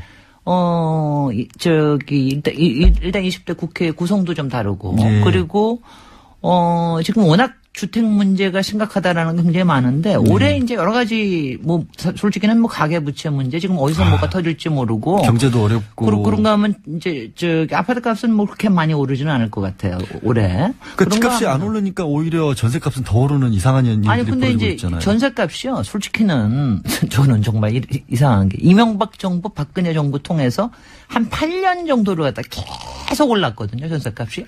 그렇죠. 전세값이 계속 올랐는데 요게 최근에 몇 달 동안 조금 낮아지고 있어요. 이게 최근에 몇 달 동안 이제 오르는 폭이 줄어들었습니다. 그래서 아마 올해는 역전세 같은 데가 일어날 수도 있다. 몇 군데는. 그래서 전세 가격이 지금 조금 떨어지고 있는 상태예요. 그래서 이런 상태에서 사실은 그렇게 많이 올랐으면은 무슨 짓인가 해야 되는 거 아니에요. 근데 나서야 한다 이제. 뭔가를 해야 되는데 정말 아무것도 안 한 거예요. 그다음에 유일하게 한 거는 이명박 정부 때는 보금자리 주택이라고 그래가지고 했던 거. 주택 공급 자체를 늘리는 쪽으로만. 늘리는 거. 그 다음에 지금 박근혜, 그러니까 이거예요. 솔직히는 그 전에 김대중 정부, 그 다음에 참여정부 해가지고 부동산 거품이 사실은 굉장히 많이 이렇게 올랐지 않았습니까? 근데 그 거품을 어떻게 하면 떠받치느냐. 여기에만 주로 집중이 돼 있고, 특히 이제 박근혜 정부 와서는 더 한심했던 게 2015년, 그러니까 2002년, 거의 2년 전이죠. 2014년이었을 겁니다. 한 2, 3년 전에 최경환 그때 부총리 하면서 아시죠? DPI, LTV 다 완화시킨 거. 근데 올라온 사람들. 그 정책을 입안했던 사람들은 전반적으로 과거에 한국의 고도 성장을 이끌었던 시절에 어떤 갇혀있는 사고방식이 좀 있었지 않습니까? 부동산 오르면 좋다. 그러니까 건설을 많이 무조건 지어야 되고 뚝딱뚝딱 올리는 것만이 살 길이다라는 생각을 했기 때문에 그런 정책을 폈고 그게 많은 부분 실패를 했다라는 것은 사실 입증이 됐다라고 볼 수 있는데 그러면은 이번에 이제 말씀하신 그런 문제점들을 극복하기 위해서 전월세 상한제라는 것이 필요한 상황이라고 말씀을 하시는 건데 일단은 조금 설명은 드려야 될 것 같아요. 전월세 상한제가 왜냐하면 저도 보수 친구들이 많아서 집 많이 가진 친구들이 많아서 자꾸 물어보면은 제가 이제 답을 이제 해주거든요. 왜냐하면 그분들은 다 집값 떨어뜨리는 거 아니냐. 집값도 떨어뜨리고 우리 그러면은 세금으로 다 내고 막 이러는 거 아니냐. 지금 노후에 이거 전월세 가지고 사는데 다 우리 망가뜨리는 거 아니냐. 이런 걱정도 하시잖아요. 그렇기 때문에 일단은 지금 전월세 상한제는 사실은 이겁니다. 그러니까 뭐 별것도 아니고요. 우리가 지금 2년씩 계약하잖아요. 연간 5% 이상은 못 올리게 하는 거예요. 그걸 이제 5%가 될지 5% 그걸 연동제로 할지 그건 뭐 그거는 이제 정하기 나름인데 사실 5%라고 그러면은요. 이 친구들이 놀라는 거예요. 그러니까 5%면 2년 따지면 10% 아니야. 근데 2년 만에 10% 전세금 올리는 게 쉬운 일은 아니잖아요. 우리가 통상적인 개념으로는. 그렇죠. 사실 10%가 그러니까 가령 우리가 2억짜리 있으면 2천만 원 올리는 거. 2천만 원 올리는 2억짜리. 요새 이제 2억짜리가 주로 요새 1억 5천짜리 이상이 더 많으니까. 2억짜리인데 2천만 원 올린다 그러면은 그냥 뭐 아니 급여생활자가 예를 들어 봉급자가 2년 동안 2천만 원 더 모아야 되는 거잖아요. 어찌됐든 그렇죠. 갑자기. 그래서 그 정도면 괜찮지 않나요? 그러면 사람들이 얘기를 그렇게 들어요. 그게 그렇게 나쁜 건 아니다. 근데 이게 이제 얼마나 올랐냐 하면은 한 연간 7%에서 10%. 특히 이제 이게 뭐냐면은요. 요새는 이제 부동산이 예전하고는 달라서 다 똑같지가 않고 많이 오르는데 잘 안 오르는데 이런 데가 편차가 심하거든요. 예. 그러니까 강남이나 이런 데 기준으로 해가지고 하면은 뭐 20%씩 오르고 막 그랬거든요. 그러니까 그런 데 있는 사람들은 무지 싫어하는 거죠. 이런 게. 그다음에 더 싫어하는 게 사실은 계약 청구권입니다. 계약갱신 청구권. 그렇죠. 사실은 우리 세입자 입장에서는 그래? 뭐 돈 조금 더 내더라도, 그건 뭐 어떻게 대출해서 더 내더라도. 어차피 돌려받을 수 있으니까. 어차피 일종의 세이빙이니까. 그러니까 일단은 여기서 좀 안정되게 살고 싶다. 내가 살고 싶을 때까지 살고 싶다. 특히 애들 학교 다니고 그러면은 그렇게 살고 싶다라고 하는 게 사실 우리들 가장 원하는 건데. 그래서, 근데 지금 계약갱신 청구권도 2년 플러스 2년이에요. 딱 한 번만 계약갱신 청구를 할 수 있게. 그러니까 말하자면 4년을 최대한도로 해주는 최대한. 지금 현재 제도는 그렇습니다. 지금 제한된 제도는 이미 그렇습니다. 국회에 들어가 있는 게 건 뭐냐면은 이제 보통 학교가 중학교나 고등학교가 3년씩이니까 2년마다 옮기지 말고 3년은 좀 안정되게 해주자라는 그런 취지예요. 시험 끝날 때까지는 그렇죠. 말하자면 이제 그겁니다. 근데 이거 보면 아무것도 아닌 것 같잖아요. 근데 이게 대단하게 왜 이렇게 반대들을 할까요? 근데 그 반대하는 이유들을 보면 이런 거죠. 기본적으로 정부가 경제 정책에 관여를 하는 것 자체가 시장 질서를 깰 수 있다는 거고 첫 번째 아까 잠깐 말씀을 하셨지만 만약에 그렇게 전월세 상한제를 해버리면 누가 새로 집 짓고 누가 새로 임대주택 내놓으려고 하겠냐. 그리고 이게 계약갱신 청구권이 있어서 세입자가 한번 들어오면 안 나가면 결국에는 그게 새로 집구하는 사람들한테는 오히려 더 어려워지는 게 아니냐. 뭐 이런 식의 반론들을 한단 말이에요. 그 반론이 아주 최근에 무지 세졌습니다. 이게 지금 이거 가지고 민주당이나 뭐 이쪽에서 조금 이제 요새 정책위원회 쪽에서 지금 세게 얘기를 하고 있으니까 요새 뭐 경제신문 쪽에서 뭐 엄청나게 나옵니다. 경제학자들은 다 반대하는 것 같아요. 변호사님은 누가 그래요? 경제학자들이 다 반대해요. 변호사님은 어떤 입장? 가정을 해본 겁니다. 과연 뭘 반론을 제기할 수 있을까라고 해서 경제 논리에 따라서 하면은 이런 부분이 있을 건데 거기에 대한 제 역발로는 이런 거예요. 근데 그래서 우리가 이제 생각을 이제 좀 발상을 크게 해야 된다는 거죠. 사실 우리 지금 경제가 침체된 것 중에 가장 큰 게 사실은 우리가 지금 수출로도 돌파가 될 수 없고 사실은 내수로서 돌파를 해야 된다는 게 이게 다 같이 가지고 있는 경제학자들의 생각이거든요. 근데 왜 우리가 소비 못합니까? 쓸 돈이 없잖아요. 다 묶여버리니까 집에 묶여야 되고 그게 다 월세 집에 내야 되고. 묶이는 겁니다. 집에 묶여서 생기는 그러니까 이거고요. 그다음에 이제 우리가 경제 정책이나 부동산 정책이 어디에 도움이 되는 제가 이제 이 얘기를 많이 해요. 우리나라의 지금 주택 수가 한 2천만 개 돼요. 그러니까 제가 1900 몇십 개쯤 되는데 한 2천만 개라고 치고 그 중에 자기 집에서 사는 비율이 얼마나 될 것 같으세요? 글쎄요. 저도 그걸 퍼센트로 한 번도 생각 안 해보셨죠. 절반 조금 넘습니다. 55%에서 60% 사이예요. 근데 의외로 작습니다. 그러니까 그만큼 그러니까 이건 문제고요. 그런가 하면 공공임대라고 하는 거 있잖아요. 그러니까 보금자리든 행복주택이든 뭐 뉴스테이든 이런 거 같은 거가 몇 %나 될 것 같으세요? 모르죠. 모르시는 게 정상입니다.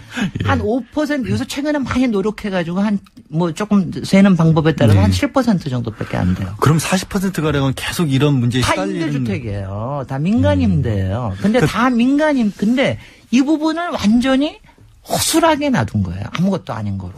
근데 외국의 경우 우리가 이미 선진국이라고 얘기하는 걸 보면 거기도 마찬가지예요. 자가율이 그렇게 높잖아요. 한 65% 정도 되고 그 대신 공공임대가 보통 15%에서 20% 정도 사이가 됩니다. 나머지가 한 20-30%가 민간임대인데 우리로 치면 전세 사시는 분들이 전세 월세 뭐 이런 거죠. 민간임대인데 거기서 이른바 렌트 컨트롤을 해온 게 2차 세계대전이 일어나고 지금 한 70년째 그렇게 해오고 있습니다. 그건 뭐냐. 이게 말하자면 사회가 안정이 돼야 경제 활동, 특히 뭐 소비 활동이나 이런 게 굉장히 중요하다.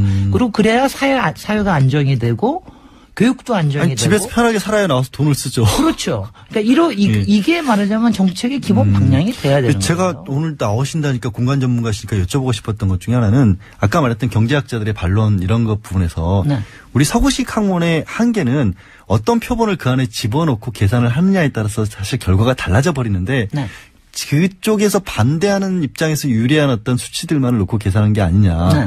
특히 서울이라고 하는 도시는 전 세계적으로도 좀 특이한 구조를 가진 도시지 않습니까? 네. 거기에 또 한국 사회의 고령화가 되면서 실질적으로 집을 필요로 하는 사람들의 숫자는 계속해서 줄어들어 가고 있고 네. 반면에 이상하게 이것도 정치적인 문제겠지만 한국의 도시 구조에서는 엉뚱하게도 집은 더 커져가고 있고 더 고가화되고 비싸지는 집들만 늘어나고 있고 이런 여러 가지 변수들을 넣으면 사실은 말씀하신 것처럼 40% 45% 되는 분들을 위해서 일정 부분 유지를 시키는 거는 그렇게 크게 우리 경제에 지장을 안 끼칠 지장을 안 줄 뿐만 아니라 굉장히 중요한 오히려 더 필요한 거다라는. 그리고 그다음에는 저는 이 생각이 들어요. 솔직히는. 그러니까 그동안의 정부가 이른바 보수적인 정부나 보수적인 경제에 쓰는 사람들이 그러니까 돈 되는 것만 생각한 겁니다. 저는 이거 뭐 비슷하다고 생각, 최순실 뭐 이런 거는 비슷하다고 생각하는데 돈 되는 거. 그러니까 가령 지금 임대주택이 필요하다고 얘기할 때도 박근혜 정부에서는 민간 임대, 기업형 임대를 활성화하는 쪽으로 생각을 해요. 그거는 하면서 왜 30, 40%나 차지하는 우리 일반적인 임대를 어떻게 하면 안정적으로 만드냐. 이건 하나 안 하느냐. 이건 근본적으로 이념의 차이라고 생각을 해요. 그러니까 저는 이게 그 제가 이제 오늘 들고 이렇게 얘기하는 게 요거 문제 하나 가지고 딱 얘기하는 것보다 사실은 이제 그 우리가 정치 얘기하고 이럴 때 우리가 사실은 뭐 이렇게 정책에 대한 생각도 잘 안 하잖아요. 뭐 이렇게 얘기 안 하는데 요 조그만 거 하나 가지고도 예. 사실은 지금 조금 아까 얘기하신 그런 반론들 제기하는 것들이 그게 뭐냐면은 바로 그런 문제에 대해서 정부 사이드에서 대안을 가지고 있어야 되는 거거든요. 이거는 이렇게 컨트롤하겠다. 이거는 이렇게 컨트롤하겠다. 이걸 가지고서 얘기를 해야 되는 거예요. 그런 거 관심 없고 그냥 하나도 안 하면서 요거 하면 이런 문제 생긴다. 요거 계약갱신 청구권 하면 처음에 막 임대료 올릴 거다. 말씀하신 보수적인 어떤 정권이 유지가 되는 사이에 네. 주로 이제 가져서 거기서 돈을 남겨야 되는 사람들의 그치? 생각을 많이 하다. 그리고 삥 뜯는 사람들 이런 것만 있으니까. 그래서 저는 굉장히 중요한 게 예. 지금의 우리 경제적이라도 하여튼 내수진작이라는 게 굉장히 크다. 사람들 돈 쓸 수 있게 해줘야 된다. 뭐 기본소득 이것뿐만이 아니라 부동산에 묶이는 돈들을 되도록이면 풀어줘야 된다. 이게 굉장히 크고요. 그다음에 예. 이걸 하려면 그러니까 지금 국회에서 제도 하나 하는 거 가지고는 안 됩니다. 정부 사이드에서 만반의 준비가 돼 있어야 돼요. 그 지방자치까지 포함을 예. 해가지고 그래서 이거를 할 수 있는 이거는요. 성의를 가지고 해야 되는 거예요. 부작용이 있다고 걱정할 게 아니라 그런 걸 다 고려를 해가지고 그러면 요거는 모에 연동해서 하겠다. 이거는 지역에 따라서 어떤 방식으로 하겠다. 그러니까 왜냐하면 우리가 이제 정책이나 특히 정책 실천하는 게 굉장히 정교해져야 되거든요. 그리고 지금 말씀하셨듯이 주택 문제나 이런 게 서울 다르고 수도권 다르고 그렇죠. 지방 다르고 다 다르거든요. 예. 그러니까 이거에 대해서 정교하게 성의 있게 할 수 있는 정부가 어떤 정부일지 생각해 보십시오. 그렇게까지 네. 복잡한 일을 하실 수 지금까지는 못 해왔잖아요. 계속해서 지금까지 못 해왔고. 청와대 안에만 들어있으면 모르지. 절대로 모를 사람들이. 최순실 씨는 밖에 있었는데. 그 사람이 임대업자였잖아요. 자기 직업으로. 그런 사람 돈 벌 궁리만 하게 하는 게 아니라 우리가 어떻게 하면 안정되게 그리고 성의 있게 해줄 사람이 그리고 정부가 저는 왜냐하면 공무원들에 대해서는 저는 믿습니다. 공무원들은요 위에서 잘 리드만 해주면 잘 해줘요. 해주는 사람이 우리나라 공무원의 역량이 굉장히 높거든요. 하나만 더 여쭤볼게요. 그 아까 이제 경제 살리기를 위해서라도 집값을 임대 전세가를 떨어뜨려야 된다고 했는데 월세로 전환이 많이 돼가고 있다. 네. 그래서 그게 의미가 없다라는 그런 또 얘기도 하거든요. 아니 뭐 지금 이제 이거는 이제 또 이거는 부동산 금리의 문제 아니에요. 그러니까 이제 최근에 금리가 조금 높아지니까 월세 전환율이 조금 줄어들고 있습니다. 근데 그것도 웃기잖아요. 몇 년 전부터 월세가 대세다고 하는데 난 정말 화가 나서 미치겠더라고요. 선진국은 다 월세가니까 우리도 글로 가야 된다. 아니 이게 말이죠. 사실 우리나라의 전세 제도라고 하는 게 우리가 굉장히 괜찮은 겁니다. 굉장히 독특하고 이상한 게 아니라 우리한테 맞는 굉장히 괜찮은 거거든요. 한국식 경제 시스템이니까. 그래서 이거를 그러니까 월세로 어느 만큼 가는 거는 큰 적이긴 할 겁니다만은 이 부분에 대해서도 특히 월세로 많이 가면 갈수록 렌트 컨트롤이 절대적으로 필요합니다. 네, 알겠습니다. 참, 그 말씀 듣고 보니까 생각보다 많으신 분들이 언론에서 일방적으로 얘기하는 것 내지는 정책을 하면서 일방적으로 얘기했던 부분이 맛이 진짜 대세인 것처럼 착각을 해왔다는 부분도 있고 또 실제로 임대업을 하시는 분들도 그렇게까지 걱정을 할 만한 그런 어떤 정책은 아니다라는 것들을 좀 저도 알게 됐고 들으시는 분들도 알게 됐을 것 우리 같습니다. 다음에 한 분은 상가 임대에 대해서 한번 다음에요? 우리 또 권한대행 생기실 때 상가 임대 진짜 중요하죠. 오늘 말씀 고맙습니다. 지금까지 도시건축가 김진애 전 의원이셨습니다. 고맙습니다. 네, 고맙습니다. 네, 저는 말단 직공 권한대행 양지열이었습니다. 말단이 존중받는 사회를 만들기 위해서라도 저는 내일 다시 돌아오겠습니다.